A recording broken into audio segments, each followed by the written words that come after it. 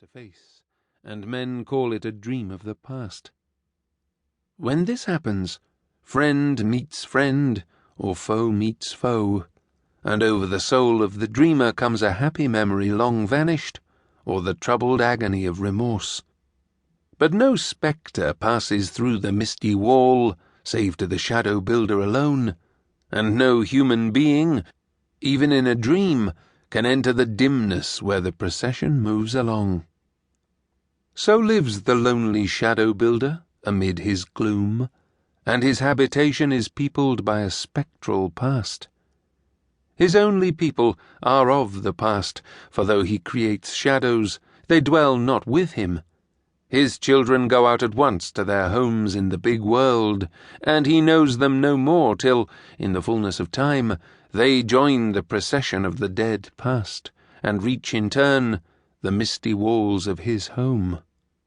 For the shadow builder, there is not night, nor day, nor season of the year, but for ever round his lonely dwelling passes the silent procession of the dead past. Sometimes he sits and muses, with eyes fixed and staring, and seeing nothing. And then out at sea there is a cloudless calm or the black gloom of night. Towards the far north or south, for long months together he never looks, and then the stillness of the Arctic night reigns alone. When the dreamy eyes again become conscious, the hard silence softens into the sounds of life and light. Sometimes, with set frown on his face and a hard look in the eyes, which flash and gleam dark lightnings, the shadow builder sways resolute to his task, and round the world the shadows troop thick and fast.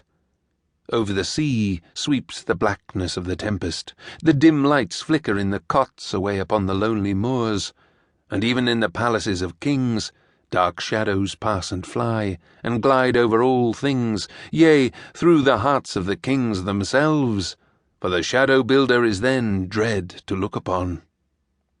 Now and again, with long whiles between, the shadow builder, as he completes his task, lingers over the work, as though he loves it.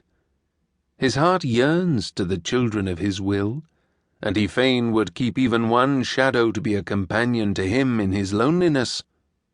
But the voice of the great present is ever ringing in his ears at such times, enjoining him to haste. The giant voice booms out, "Onwards, onwards." Whilst the words ring in the ears of the shadow builder, the completed shadow fades from beneath his hands, and passing unseen through the gate of dread, mingles in the great world without, in which it is to play its part. When, in the fullness of time, this shadow comes into the ranks of the procession of the dead past, the shadow builder knows it and remembers it. But in his dead heart there is no gleam of loving remembrance, for he can only love the present that slips ever from his grasp. And oh, it is a lonely life which the shadow builder lives, and in the weird, sad, solemn, mysterious, silent gloom which encompasses him, he toils on ever at his lonely task. But sometimes, too, the shadow builder has his joys. Baby shadows spring up, and sunny pictures, alight with sweetness and love, glide from under his touch and are gone. Before the shadow builder at his task lies a space wherein is neither light nor darkness, neither joy nor gloom. Whatsoever touches it fades away, as sand heaps melt before the incoming tide, or like words writ on water. In it all things lose their being and become part of the great is not, and this terrible line of mystery is called the threshold. Whatsoever passes into it disappears, and whatsoever emerges from it is complete as it comes and passes into the great world as a thing to run its course.